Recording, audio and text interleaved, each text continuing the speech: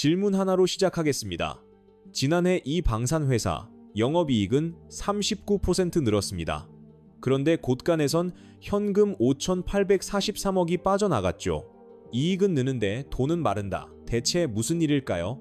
먼저 좋은 쪽부터 봅시다. 이 회사가 쌓아둔 일감이 26조 원입니다. 지난해 매출의 6배, 6년치죠. 성장하고 있다는 건 의심할 여지가 없습니다. 그러니까 일감은 넘치는데 현금은 왜 빠졌다는 겁니까? 앞뒤가 안 맞잖아요. 바로 그 지점이 이 회사의 진짜 쟁점입니다. 지난해 영업활동 현금 흐름이 마이너스 5,843억, 1년 전만 해도 플러스 9,519억이었는데 통째로 뒤집혔습니다. 회사 이름은 LIG 디펜스 앤 에어로스페이스, 지난 3월 넥스원에서 이렇게 바꿨습니다. 미사일로 6년치 일감을 쌓았고 이름엔 에어로스페이스, 우주를 새로 새겼죠. 결론부터 말씀드리겠습니다. 저희 검증은 성장은 진짜지만 주가가 그 성장을 이미 상당히 당겼었다는 쪽입니다. 왜 그런지 숫자 4개로 풀어보죠. 좋습니다. 좋은 회사인 건 인정하되 지금 값이 맞는지를 따지자는 거군요. 하나씩 검증해보죠. 본격 검증 전에 이 회사 뭐 하는 데인지부터 한 줄로 짚죠. 한마디로 미사일 회사입니다. 매출의 절반이 천군 같은 유도무기에서 나오고 나머지를 군통신, 항공전자, 레이더가 채웁니다. 왜 하필 지금이냐? 우크라이나와 중동의 전쟁에서 드론과 미사일 위협이 커지면서 전 세계가 날아오는 걸 막는 방공 무기를 사들이고 있습니다. LIG의 천궁이 정확히 그 자리에 서 있죠. 그럼 첫 번째 검증. 26조가 6년치라는데 그 숫자 부풀린 거 아닙니까? 방산 수주잔고야 원래 크잖아요. 부풀린 게 아니라 실제로 불었습니다. 2021년 8조이던 일감이 4년 만에 26조, 작년 한 해에만 새 수주가 10조 5천억, 매출의 2배가 새로 들어왔습니다. 일감은 매출로도 이어졌습니다. 2년 만에 매출이 2.3조에서 4.3조로 87% 뛰었죠. 여기까진 판정 하나, 성장은 단단합니다. 성장은 인정합니다. 그럼 이제 남은 질문은 마진과 값, 이 두 개 맞습니까? 두 번째, 그런데 방산은 남는 게 별로 없다면서요? 정부의 원가로 납품하니까. 내수는 그렇습니다. 영업이익률이 7% 안팎이죠. 그런데 수출은 완전히 다른 게임입니다. 협상 가격에 팔고 나서 정비로 오래 버는 고마진이 붙거든요. 지난 1분기 영업이익률이 14.7%까지 뛰었습니다. UAE에 천궁을 납품하면서 고마진 수출이 잡힌 겁니다. 연간 7%대의 2배죠. 근데 그 수출, 중동에만 쏠려 있지 않습니까? 한 지역이 삐끗하면 그대로 흔들릴 텐데요. 맞습니다. 그래서 문을 넓히는 중입니다. 사우디, 이라크, UAE, 중동을 넘어 유럽은 독일 라인메탈과 손을 잡았고 미국은 비공 미사일이 현지 시험에서 6발을 전탄 명중시켰습니다. 세계에서 가장 크고 비싼 시장인 미국과 유럽이 열리면 단가와 물량이 동시에 오릅니다. 다만 아직은 계약이 아니라 가시화 단계, 여기가 초록불과 노란불 사이입니다. 그리고 사명에 새로 새긴 에어로스페이스, SAR 위성과 미국 로봇 자회사가 다음 성장축인데 아직은 이익이 아니라 비용입니다. 프리미엄으로 값을 매길 게 아니라 검증할 대상이죠.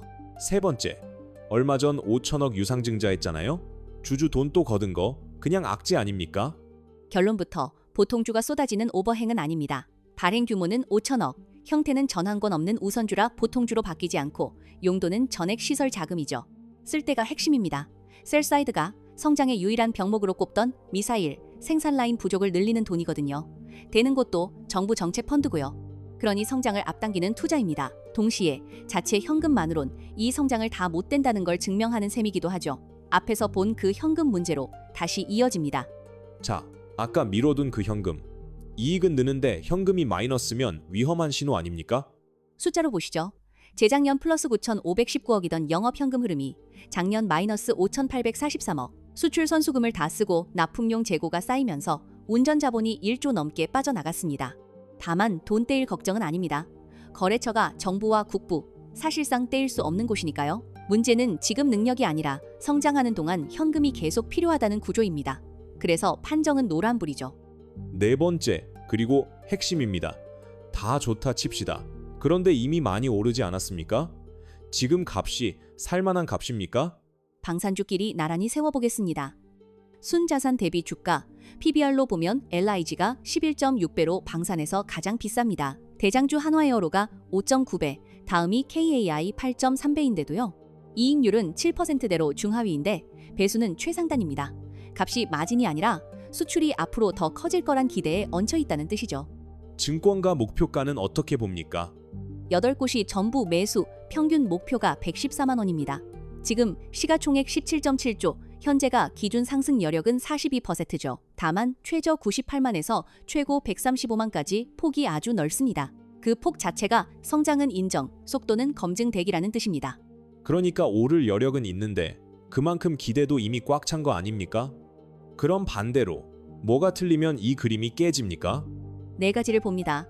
수출 인식이 늦어져 1분기 고마진이 반짝이었던 경우, 현금 적자가 굳어 또 증자하는 경우, 중동 정세와 환율이 흔들리는 경우, 그리고 로봇과 위성이 계속 적자만 내는 경우, 특히 지난 1분기의 14.7% 마진이 반짝 특수였는지 진짜 추세였는지 바로 다음 분기가 첫 시험대입니다. 정리하겠습니다.